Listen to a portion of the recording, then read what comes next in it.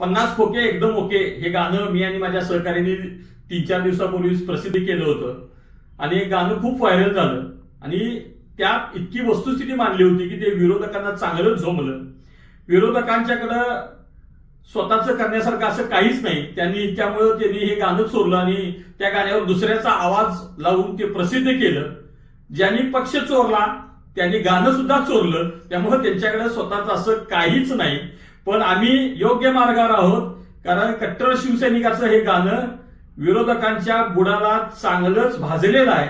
त्यामुळे आमची ही जी मशाल, पेटती मशाल आहे, ती पेटती मशाल बरोबर विरोधकांच्या बुडाखाली लागली आणि त्या मशालीनं चांगला पेट घेतलेला आहे हे यावरून दिसून येतं. बाबांनो, अशाच या चोराचोरीच्या तुम्हाला नक्कीच शुभेच्छा. असंच आयुष्यभर पक्ष चोरला, गाणी चोरला आणि इथून पुढे काय काय चोरा, ह्यातच तुमचं चोराचोरी आयुष्य जाणार आहे, कारण तुमचं स्वतःच असं काहीच नाही.